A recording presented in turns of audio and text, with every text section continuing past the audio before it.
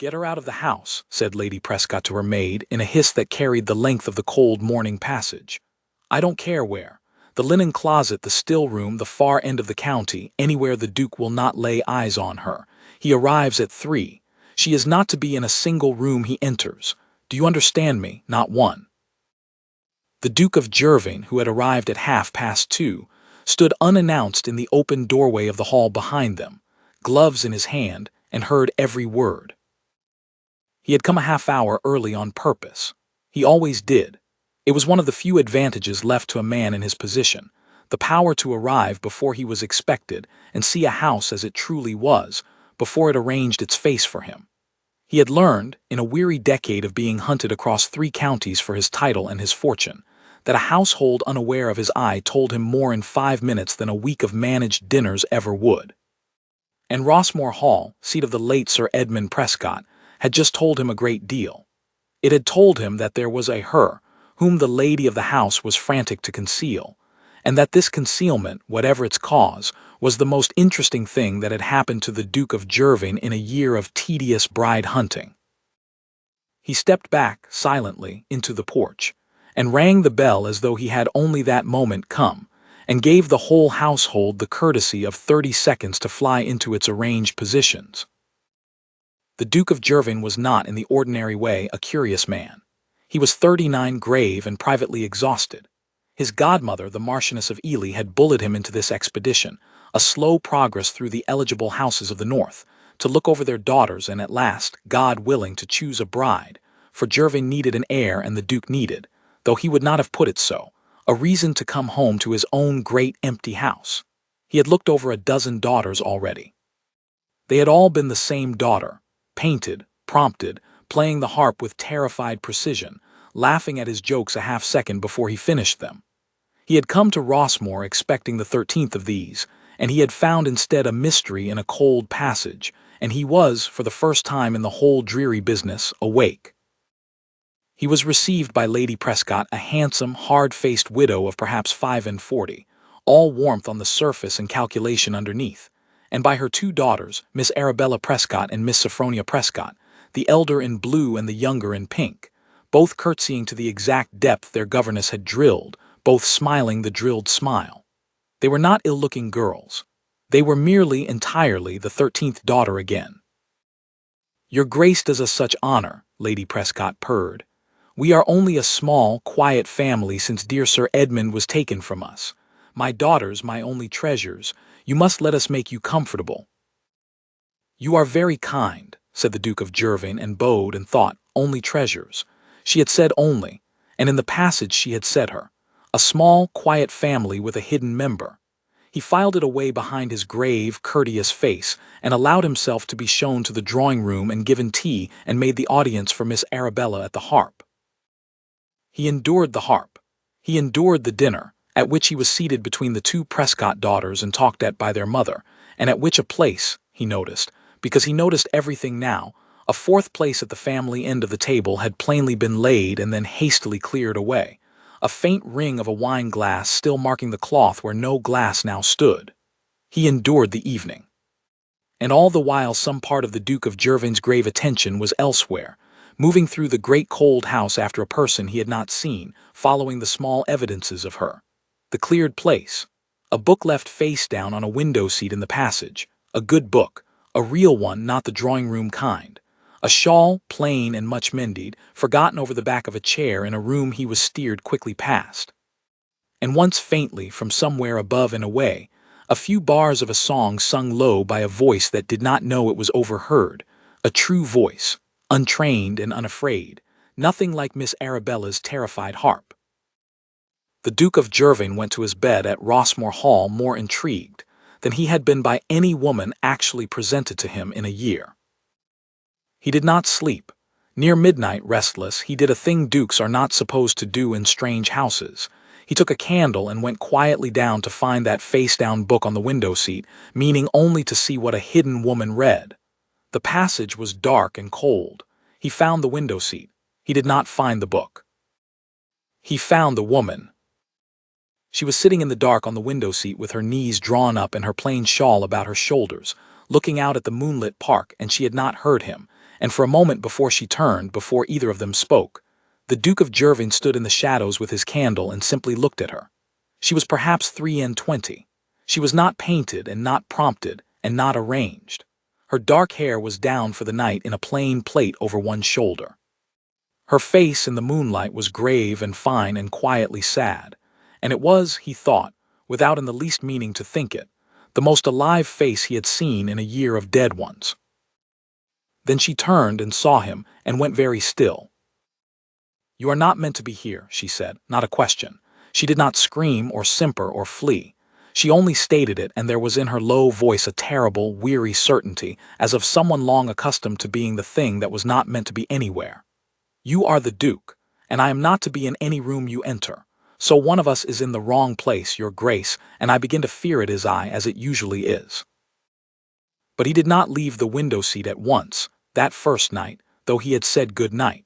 He stood a moment longer in the cold passage with his guttering candle, and Marian, who had risen as if to signal that the strange interview was over, found that he had not quite gone. "You said there were things I did not know," he said. "About your life here. Tell me one of them.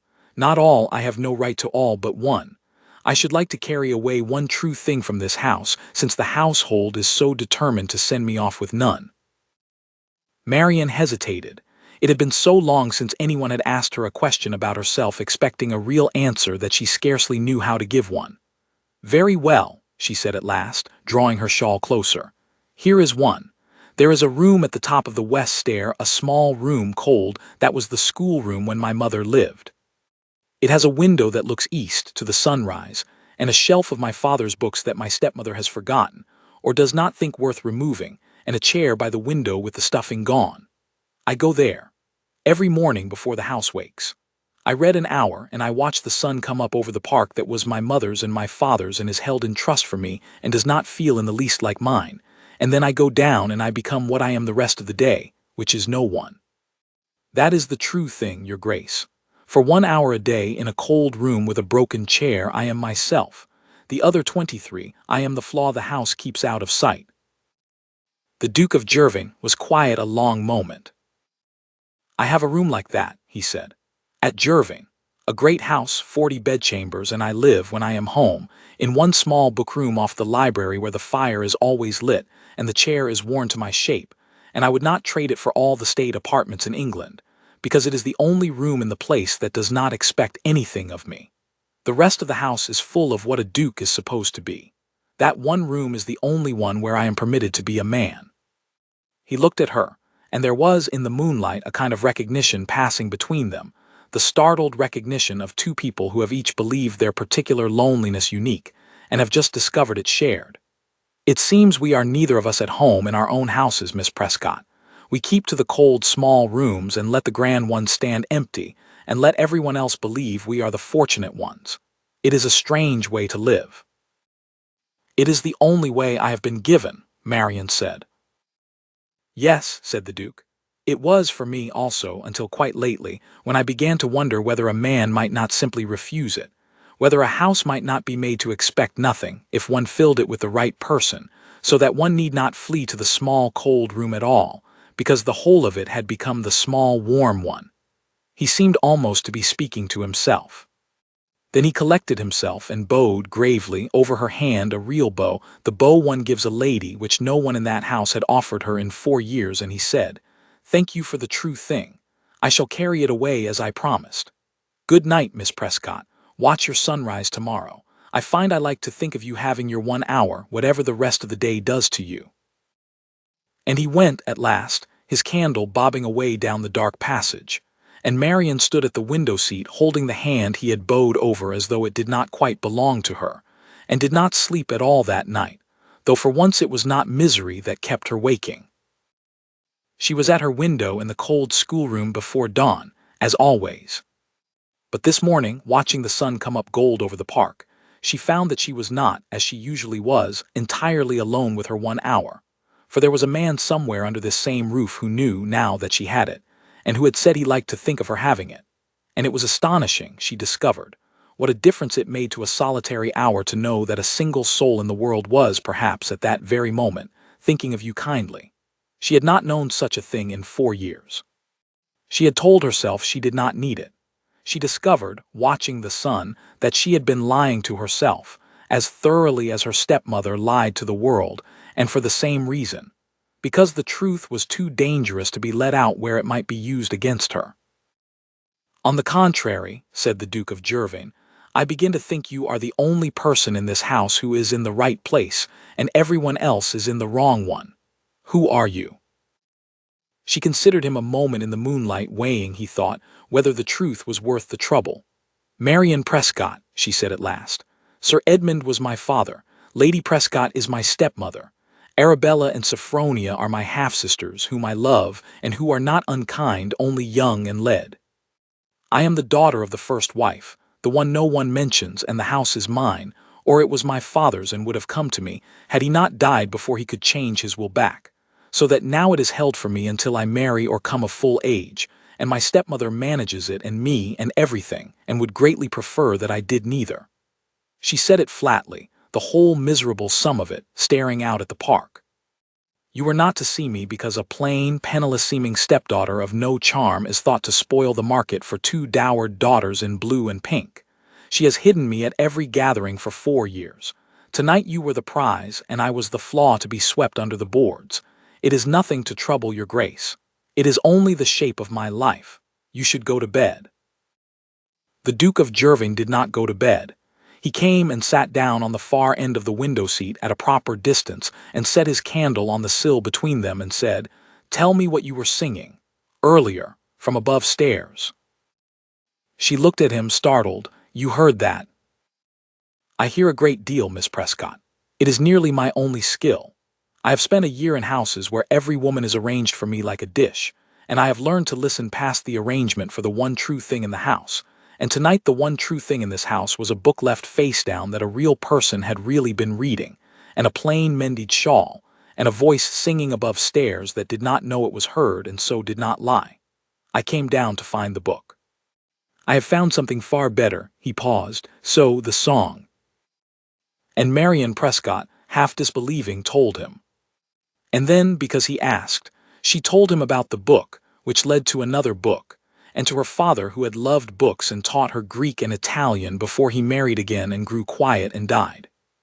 And the grave, exhausted Duke of Jervane, who had not had a real conversation with a marriageable woman in a year, sat on a window seat at midnight with the flaw the house had swept under the boards and talked with her until the candle guttered low of books, and of grief, and of great empty houses, of which they discovered they each kept one.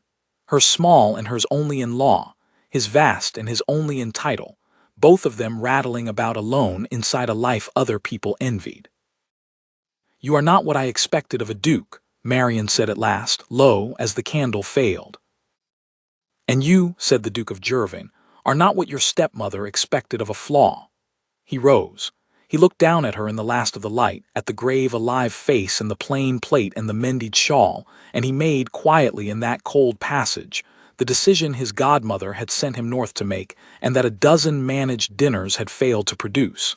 He said nothing of it. It was too new and too much, and she had been made to feel unwanted quite enough for one lifetime. He would not add to it the weight of a duke's sudden regard thrust at her at midnight, but he had decided. Good night, Miss Prescott, was all he said. I am glad the household failed. Sleep well. He was, the next morning, a changed guest, though only Lady Prescott, watching him with a hawk's unease, sensed it.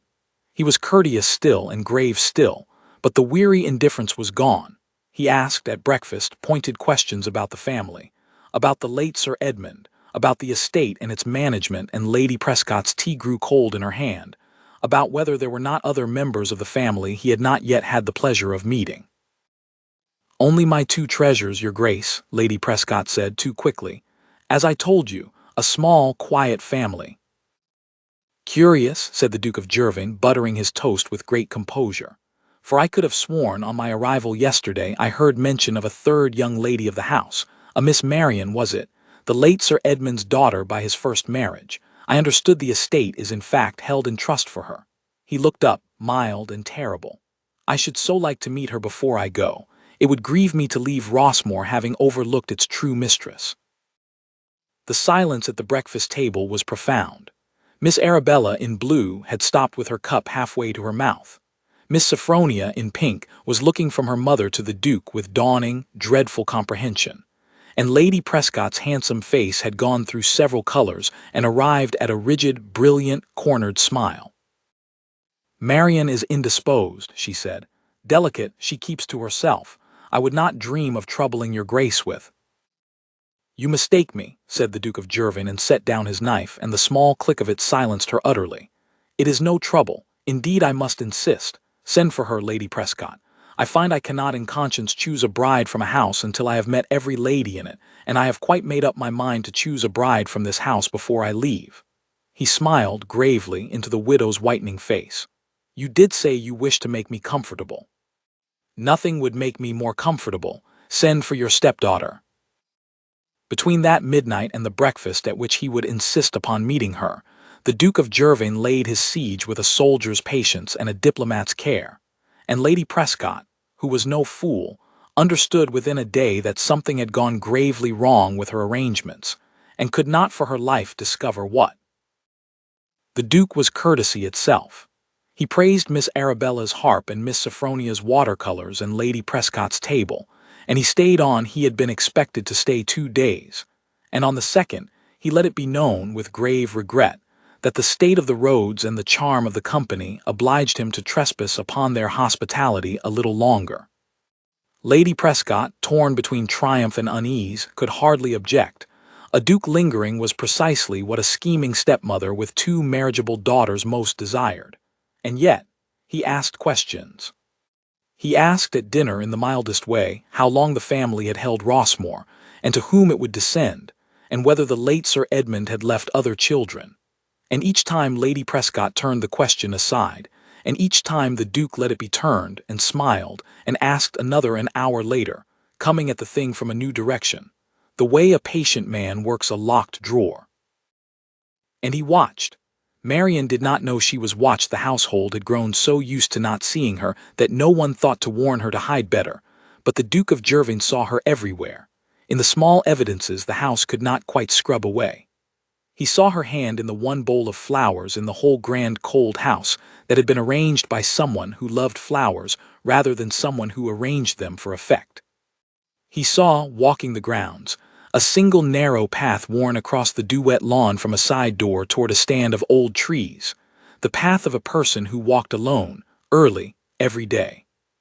He rose early himself, the 3rd morning, and stood at his window, and watched a gray figure cross the lawn along that path in the first light, and stand a while under the trees with her face turned up to the sun, entirely alone, entirely unguarded, and the Duke of Jervane, who had come north to choose a wife from a lineup of prompted daughters, stood at his window and understood that he had already chosen, that he had chosen on a window seat at midnight, and that the whole remaining question was not whether he wanted her, but how he was to reach past a stepmother's guard to a woman so thoroughly hidden, and so thoroughly convinced of her own unworth that she might not believe him even if he stood before her and said it plainly. He would have to say it plainly. He saw that. Half-measures would be read by both women, the schemer and the hidden one, as something they were not, by Lady Prescott as a passing fancy to be flattered and steered toward her daughters, by Marian as a kindness that would fade with the fright, as all the kindnesses of her life had faded. No, when he would move completely in the open before witnesses, so that there could be no mistaking it and no undoing it and no quiet burying of it after he had gone.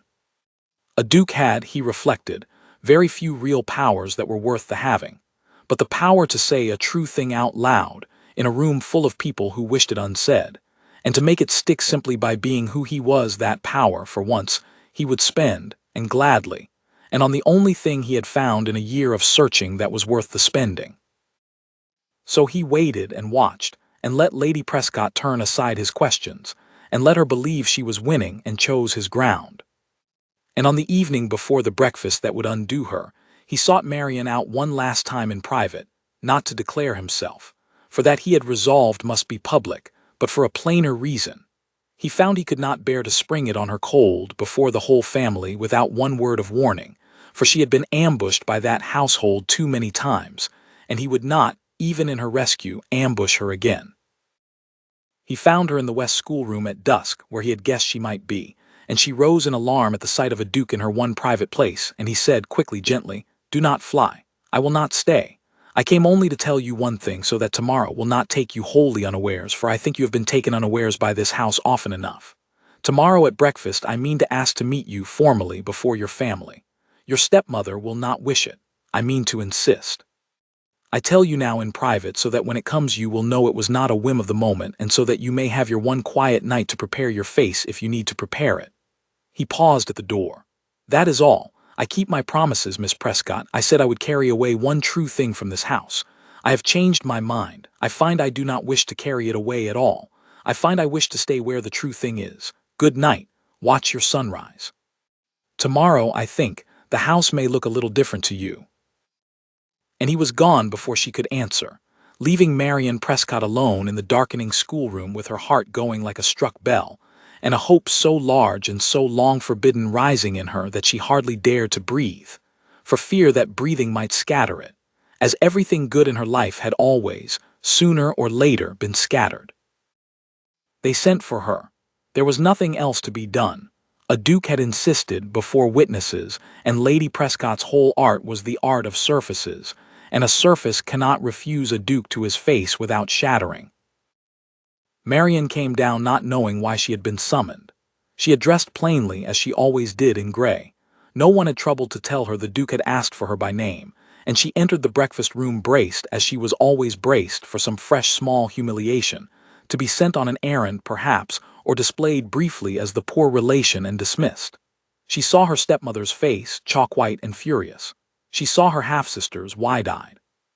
And she saw the Duke of Jervane rise from his chair at the head of the table, rise, for her, to his full grave height, as a gentleman rises for a lady of consequence, and she stopped in the doorway, utterly at a loss. "Miss Prescott," said the Duke, "I am glad. I feared they should hide you from me again." "Your Grace," she managed, "I do not. Why have I been sent for?" "Because," said the Duke of Jervane, and he came around the table toward her, past the frozen stepmother, past the gaping daughters, and he stopped before Marion in her gray gown and looked at her as he had looked at her in the moonlight. "I came north to choose a bride. My godmother sent me. I have visited a dozen houses and been shown a dozen accomplished young ladies, every one of them arranged and prompted and painted for my inspection, and I have not wanted a single one, because there was no truth in any of it, and a man cannot marry an arrangement. I came to this house expecting the 13th of them. Instead, I heard your stepmother, in the passage, order that you be hidden from me, that you not be in one single room I entered. And I confess it made me want, more than I have wanted anything in a year, to enter every room in this house until I found you." He glanced once at Lady Prescott, and his grave voice cooled to something that made her flinch. "It is a rare thing, madam, to try so hard to conceal a treasure that you point out precisely where it is buried. I am obliged to you. You have saved me a great deal of tedium." He turned back to Marion, and the grave Duke of Jervane before the whole appalled family did a thing that undid 4 years of her invisibility in a single stroke. He took her plain, ungloved hand and bowed over it, and kissed it, as a man kisses the hand of the woman he means to make his duchess. "I sat with you on a window seat at midnight," he said low for her now, though the room hung on every word, "and we talked of books and grief and empty houses, and it was the first true hour I have spent with a woman in a 12-month, and I went to my bed having already decided. I did not tell you then. You had been made to feel unwanted too long. I would not have you think a duke's regard was one more thing being done to you without your leave. So I am telling you now in the open, where no one can hide you from me again, and where you are free to refuse me before witnesses if you choose, which is a freedom this house has given you and nothing else." He straightened, still holding her hand. "Marion Prescott, I do not want a treasure that was arranged for me. I want the one that was hidden, the true mistress of this house, whom everyone overlooked and I nearly missed. Marry me, not to spite your stepmother, though it will gloriously. Marry me because you are the only real thing I have found in a year of searching, and I have no wish to go on searching, and I have no wish to go home to my great empty house alone one day longer than I must." Marion Prescott stood in the doorway of her father's breakfast room in her gray gown and looked up at the Duke of Jervane, and for a long moment could not speak at all. 4 years of being the flaw, the poor relation, the thing swept under the boards, and now a duke stood before her family holding her hand and calling her the true mistress of the house and the only real thing he had found. It was too large. Her eyes filled. "You will forgive me," she said unsteadily, "if I do not quite believe it. I have been the unwanted one so long that I—" "Then let me be very plain," said the Duke, "so that belief costs you nothing. I love you, Marion. I have loved you since the window seat which I own is indecently soon, but I am 9 and 30 and have wasted a great deal of time on arrangements and have no more to waste.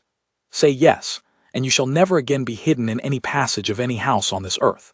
Say yes, and I shall spend the rest of my life ensuring you are the first person seen in every room you enter." His grave face gentled entirely. "Say yes." "Yes," Marion whispered, and then on something between a laugh and a sob, "Yes." Lady Prescott made a small sound, like a kettle taken suddenly off the fire, and sat down. They were married that autumn, and the Duke of Jervane's godmother, the Marchioness of Ely, pronounced the new Duchess the finest thing her difficult godson had ever chosen, and adopted her on the spot. Society, hungry for the tale, spread it far and wide.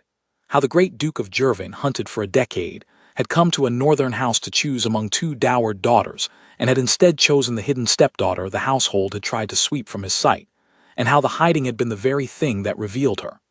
It was told at 100 dinner tables, and improved in the telling, and the Duke did not mind, because every version ended the same way, with Marion beside him. As for Lady Prescott, she was not cast out, for Marion would not have it. She had a soft heart even for those who had used her hardly, and her half-sisters she loved outright. But the balance of Rossmore Hall shifted overnight and forever. The estate that had been held in trust came, upon Marion's marriage, fully into her own hands, and thence into the ordering of a mistress who had learned every corner of it from the underside. And Lady Prescott, who had ruled it as a stern regent over a hidden heiress, found herself the guest, on sufferance, in the house she had governed, humbled not by cruelty, but by the plain reversal of a truth she had spent 4 years trying to smother. Arabella and Sophronia, freed of their mother's scheming, grew genuinely fond of the half-sister they had been taught to eclipse, and were dowered and settled kindly by the Duke, and never forgot that the sister they had once helped to hide had, when she had the whole power in her hands, used it to lift them up. And every year on the anniversary of that first cold visit, the Duke of Jervane came home early, a half-hour early, unannounced, as was his lifelong habit, to see his own great house as it truly was before it arranged its face for him. And every year he found the same true thing waiting in it that he had found at Rossmore, a real book left face down where a real person had really been reading, a voice singing low above stairs, unafraid, and on the window seat where the last of the evening light came in, his Duchess, no longer hidden from anyone, the first person seen in every room she entered, waiting for him to come home. "You were too late," she said to him once, teasing, drawing him down beside her on the seat. "That is what they say now in the telling. Her stepmother wanted her gone before the Duke arrived, but she was too late." "She was too late," the Duke of Jervane agreed, and gathered his wife against him as the light went gold across the park. "By half an hour. I have never in my life been so glad to have come early." And he kissed the top of her dark head and did not let her go, and outside the great house that was hers and his and no longer empty, the evening came softly down.